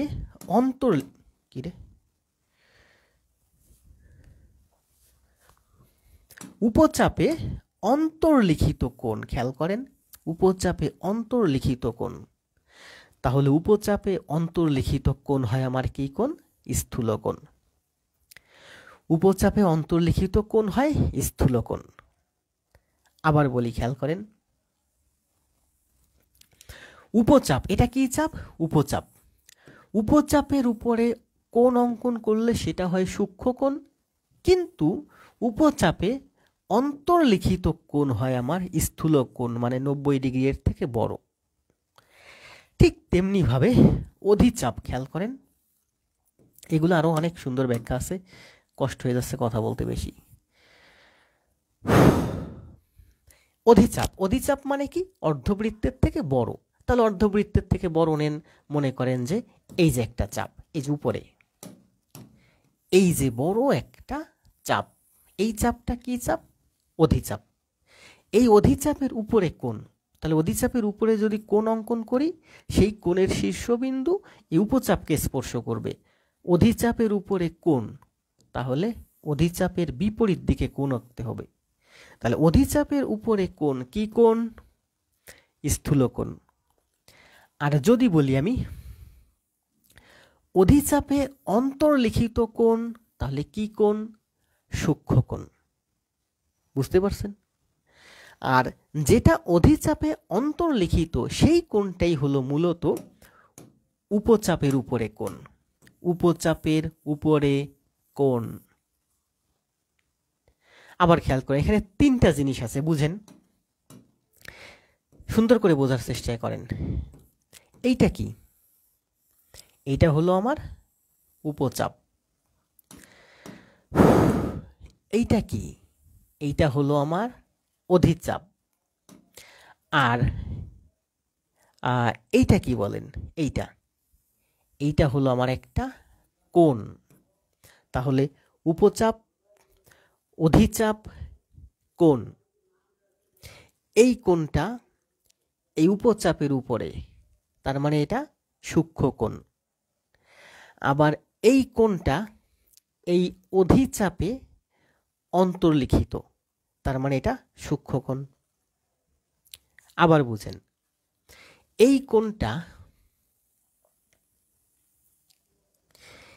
কোণটা উপচাপের উপরে আছে, এই কোণটা উপচাপের উপরে, তাহলে এটা সূক্ষ্মকোণ। আবার এই কোণটাই এই অধিচাপে অন্তর্লিখিত, এই কোণটা এই অধিচাপের মধ্যে অন্তর্লিখিত আছে, এই কোণটা অধিচাপে অন্তর্লিখিত, তার মানে এটা সূক্ষ্মকোণ। তাহলে শুরু থেকে আমরা একটু বলি, খেয়াল করেন, আমরা যদি একটা বৃত্ত অঙ্কন করি, সহজে বলে দিই, একটা বৃত্ত যদি অঙ্কন করি, সেখানে আমরা বলতে পারি এটা হলো আমার উপচাপ, এটা হলো আমার অধিচাপ। বলেন, উপচাপের উপরে কোণ সূক্ষ্মকোণ, উপচাপে অন্তর্লিখিত কোণ স্থূলকোণ। আবার বলি, উপচাপের উপরে কোণ সূক্ষ্মকোণ, আর উপচাপের মধ্যে বা অন্তর্লিখিত কোণ হচ্ছে স্থূলকোণ। আর এই কথাটা আমি যদি ঘুরাই বলি, খেয়াল করেন, এটা হচ্ছে আমার বৃত্ত, আর এইটা হচ্ছে আমার একটা অধিচাপ। অধিচাপের উপরে কোণ, অধিচাপের উপরে কোণ কি কোণ? স্থূলকোণ। আর অধিচাপে অন্তর্লিখিত মানে অধিচাপের মধ্যের কোণ হচ্ছে সূক্ষ্মকোণ। অধিচাপে অন্তর্লিখিত কোণ সূক্ষ্মকোণ, আর অধিচাপের উপরে কোণ অঙ্কন করলে সেটা হবে স্থূলকোণ।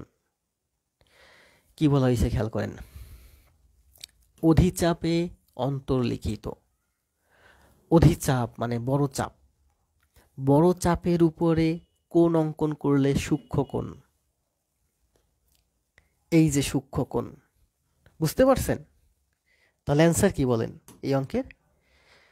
বড় চাপের উপরে, এই যে বড় একটা বৃত্ত, নিচে ছোট একটা চাপ, উপরে বড় একটা চাপ, বড় চাপের উপরে কোণ অঙ্কন করলে সেটা হয় সূক্ষ্মকোণ। তাহলে বড় চাপের উপরে কোণ অঙ্কন করলে সূক্ষ্মকোণ। এখানে কি বলা হয়েছে? এখানে বলা হয়েছে যে বড় চাপ মানে অধিচাপে, অধিচাপের উপরে না, অধিচাপের মধ্যে অন্তর্লিখিত, বড় চাপের মধ্যে অন্তর্লিখিত কোণ সূক্ষ্মকোণ। তাহলে অধিচাপে অন্তর্লিখিত কোণ হচ্ছে সূক্ষ্মকোণ। মাঝখানে একটা কথা ভুল বলছি, অনেক কথা বলতে বলতে, যে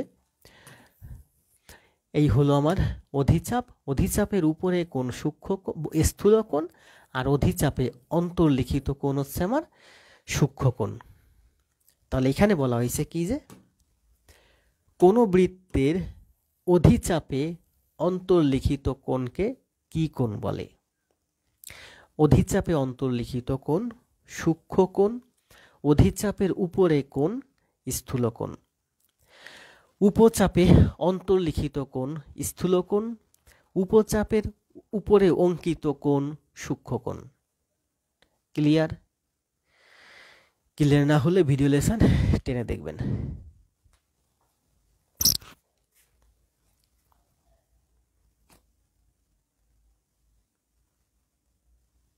এই তো রিপন রায় বুঝতে পারছে।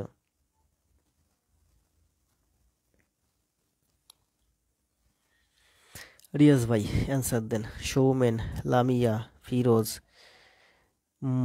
মোজাদিদ সবুজ বলছে ক্লিয়ার। যাক, বুঝতে পারছেন, তার জন্য ধন্যবাদ।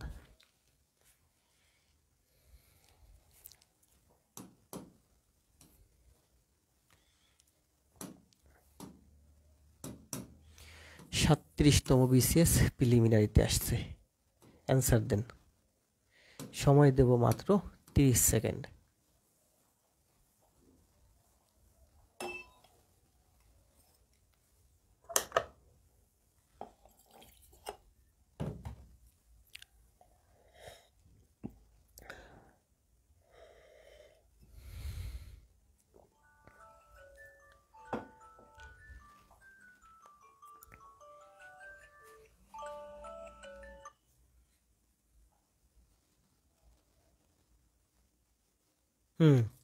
সন্ধ্যারানী সুন্দর। অধিচাপে অন্তর্লিখিত কোণ সূক্ষ্মকোণ। সাইমা বলছে ক্লিয়ার। রুবেল, তাই না? 5 সেন্টিমিটার।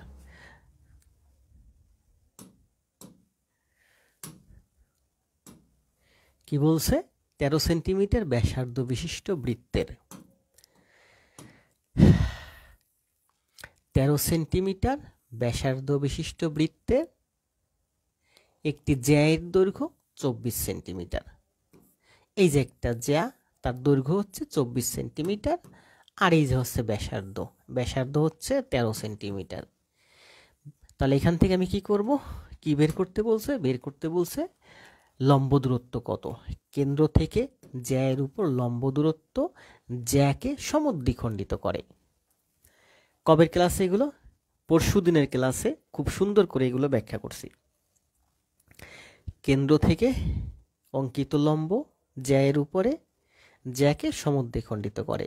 তো এটা যদি ব্যাসার্ধ যদি 13 হয়, জ্যাটা যদি 24 হয়, তার মানে জ্যায়ের অর্ধেক হবে আমার 12। তাহলে এটা যদি হয় 12 আর এটা যদি হয় 13, তবে সমকোণী ত্রিভুজের সূত্রানুযায়ী এটা হয় 5। সহজ সহজ ম্যাথ করালে সবাই খুব সুন্দর অ্যান্সার করে।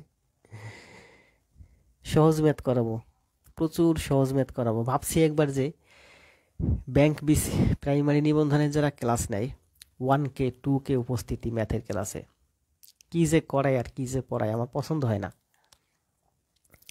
তাই আমি ভাবি যে আমিও প্রায় তখন ব্যাংক বিশেষ বাদ দিয়ে আমিও প্রাইমারির ম্যাথ করানো শুরু করি। একদিনে গাদা গাদা গাদা গাদা ম্যাথ করাবো, সহজ সহজ সুন্দর সুন্দর ম্যাথ, এবং আমার লাইভে প্রচুর উপস্থিতি থাকবে।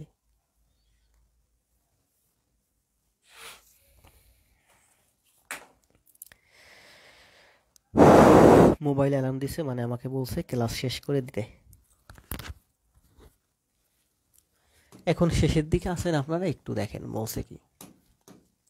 কয়টা ম্যাথ দেখাই যায় একটু দ্রুত দ্রুত করে, কষ্ট হয়ে যাচ্ছে। 2 মিটার দীর্ঘ একটি তারকে এমনভাবে 2 টুকরা করা হলো, 2 মিটার দীর্ঘ একটা তারকে 2 টুকরা করা হয়েছে, যে কোনো জায়গায় 2টা টুকরা করা হয়েছে, যা দিয়ে একটি বর্গক্ষেত্র একটি বৃত্ত এমনভাবে বানানো হলো।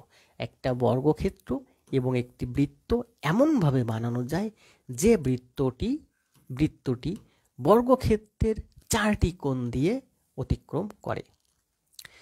যে বৃত্তটি বর্গক্ষেত্রের 4টি কোণ দিয়ে অতিক্রম করে, বৃত্তটি বর্গক্ষেত্রের 4টি কোণ দিয়ে অতিক্রম করে।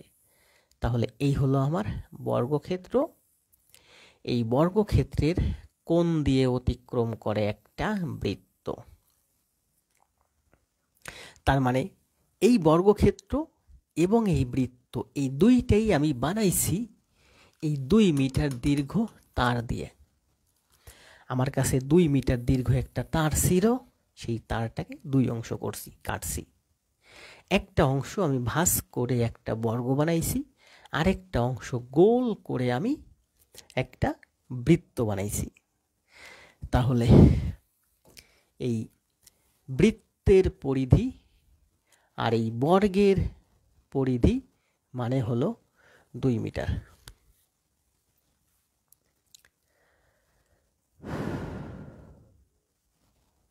তাহলে খেয়াল করেন, এই বর্গক্ষেত্রের বাহুর দৈর্ঘ্য যদি আমি ধরি এ, এই বর্গক্ষেত্রের বাহুর দৈর্ঘ্য হলো ধরলাম এ, আর এই বৃত্তের ব্যাসার্ধ কত? ব্যাসার্ধ আমরা সবসময় আরই ধরি, বুঝেন? এই বর্গের বাহুর দৈর্ঘ্য ধরলাম এ, বর্গের বাহুর দৈর্ঘ্য হলো আমার এ, আর এই বৃত্তের ব্যাসার্ধ হলো আমার আর। তাহলে বর্গের বাহু যদি এ হয়, তবে এই বর্গের পরিধি হচ্ছে বা পরিসীমা হচ্ছে আমার 4a। বর্গের পরিসীমা 4a। বৃত্তের ব্যাসার্ধ যদি আর হয়, বৃত্তের পরিধি হবে, এটাই লাস্ট ম্যাথ, বৃত্তের পরিধি হবে আমার 2πr, আর এই দুইটা পরিধি যোগ করলে হবে আমার 2 মিটার। বুঝতে পারছেন? দীর্ঘ একটা তার 2 খণ্ড করছি, এক খণ্ড দিয়ে আমি বর্গ বানাইছি, আর এক খণ্ড দিয়ে আমি বৃত্ত বানাইছি। তাহলে এই বর্গের পরিসীমা আর এই বৃত্তের পরিধি যোগ করলে হয় আমার 2 বা 2 মিটার। তো এখান থেকে আমরা খেয়াল করেন, 2 যদি কমন নেই, এখানে থাকে টয়েজে প্লাস πr সমান সমান 2। 2 2 কাটা যায়, মানে এদিকে থাকে 1। তাহলে টয়েজে প্লাস πr সমান সমান 1। কি বের করতে বলা হয়েছে? বৃত্তের ব্যাসার্ধ কত, মানে আর এর মান বের করতে বলা হয়েছে। আর এর মান বের করতে বলা হয়েছে। খেয়াল করেন, আমরা এখানে কি আছে? এ। এ কি? এ হচ্ছে এই বর্গের বাহু, এ হচ্ছে বর্গের বাহু। তাহলে খেয়াল করেন, এটা কি? এটা হচ্ছে আমার কর্ণ, বর্গের কর্ণ। বর্গের কর্ণ হচ্ছে আমার টয়েজার। এই অঙ্ক বিভিন্নভাবে করা যায়, আমি আমার মতো করে করাচ্ছি। বর্গের ব্যাসার্ধ হচ্ছে আর, তাহলে বর্গের কর্ণ হবে টয়েজার, বর্গের কর্ণ হবে টয়েজার। আচ্ছা, বর্গের বাহু যদি এ হয় তাহলে বর্গের কর্ণ হয় আমার √2a। বোঝা গেছে? যে কোনো বর্গের বাহুকে √2 দিয়ে গুণ করলে কর্ণ পাওয়া যায়, গত ক্লাসে বোঝাইছি। তাহলে বাহুকে √2 দিয়ে গুণ করলে কর্ণ পাওয়া যায়। তাহলে এই বর্গের কর্ণ কি? এই বর্গের কর্ণ হচ্ছে √2a। এই বর্গের কর্ণ হচ্ছে আমার √2a। এটা একটা অ্যাডভান্স ম্যাথ। এই বর্গের কর্ণ হচ্ছে আমার √2a। আবার দেখলাম যে প্রথমেই দেখলাম যে এই বর্গের ব্যাসার্ধ হচ্ছে r। এই বর্গের ব্যাসার্ধ হচ্ছে r, তার মানে কর্ণ হচ্ছে টুয়াইজ r। কর্ণ হচ্ছে আমার টুয়াইজ r। বোঝা গেছে? বর্গের আবার বোঝাই এখান থেকে, বর্গের বাহু যদি এ হয়, কর্ণ হয় √2a। তাহলে এই বর্গের কর্ণ কত? √2a। এই বর্গের কর্ণ হচ্ছে আমার √2a। আবার প্রশ্নে বলছে যে এই বর্গের ব্যাসার্ধ হচ্ছে r, তার মানে কর্ণ টুয়াইজ r। কর্ণ হচ্ছে আমার টুয়াইজ r, তার মানে এর সাথে তুলনা করলে কর্ণ √2a, আর এর সাথে তুলনা করলে কর্ণ টুয়াইজ r, তার মানে √2a সমান সমান টুয়াইজ r।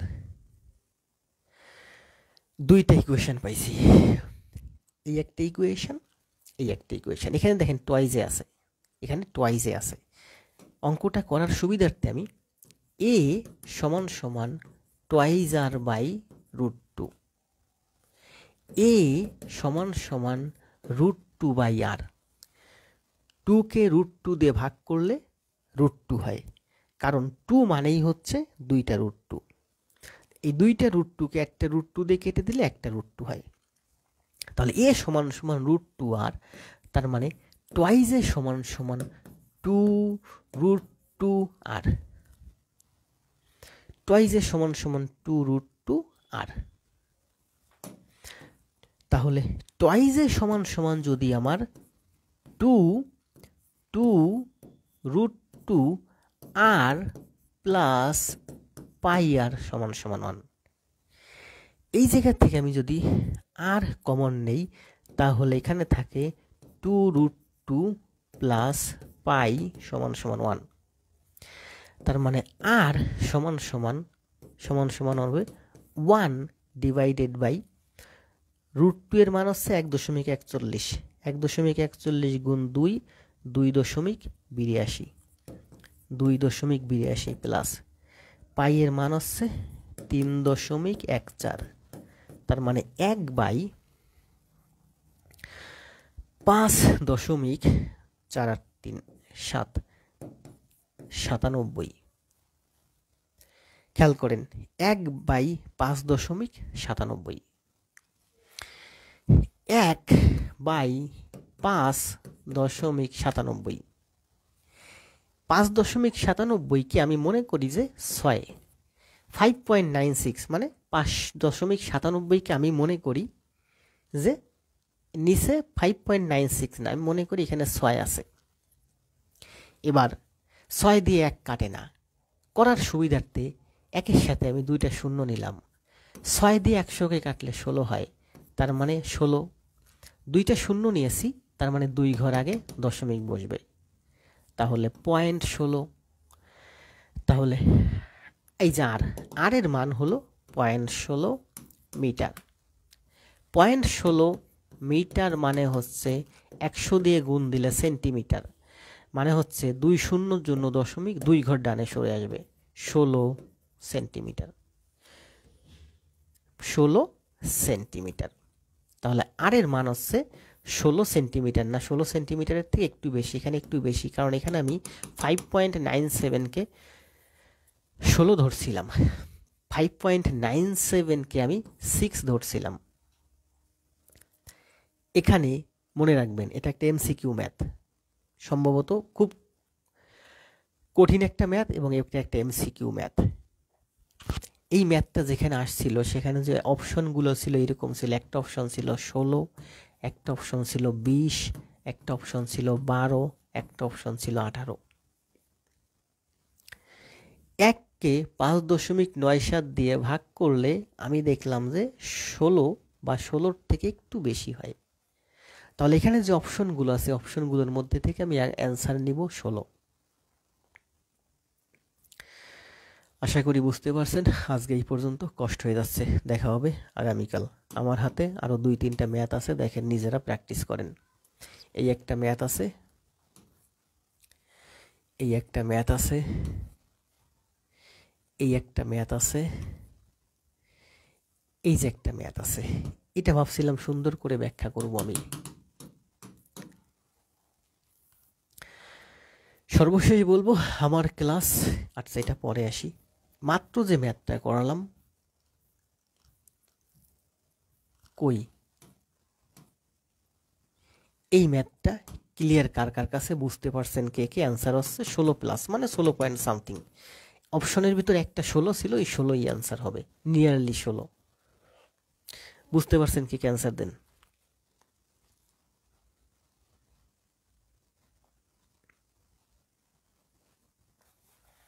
ক্লাস আজকে এই পর্যন্ত শেষ, দ্রুত অ্যান্সার দিন, 1.5 ঘন্টা হয়ে গেছে।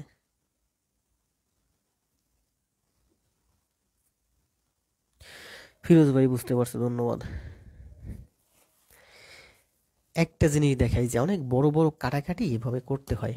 আপনার নিচে উপরে আছে 1, নিচে আছে মনে করেন 5.99, তো নিচে আছে 5.99 মানে কি? 5.99 মানে হচ্ছে 6, 5.99 মানে হচ্ছে 6। 1কে 5.99 দিয়ে ভাগ করা যায় না, ভাগ করতে হলে ক্যালকুলেটর লাগবে। 5.99 আর 6-এর মধ্যে খুব বেশি পার্থক্য নেই, এই 5.99কে আমি 6 বানাই ফেলছি এই জন্য।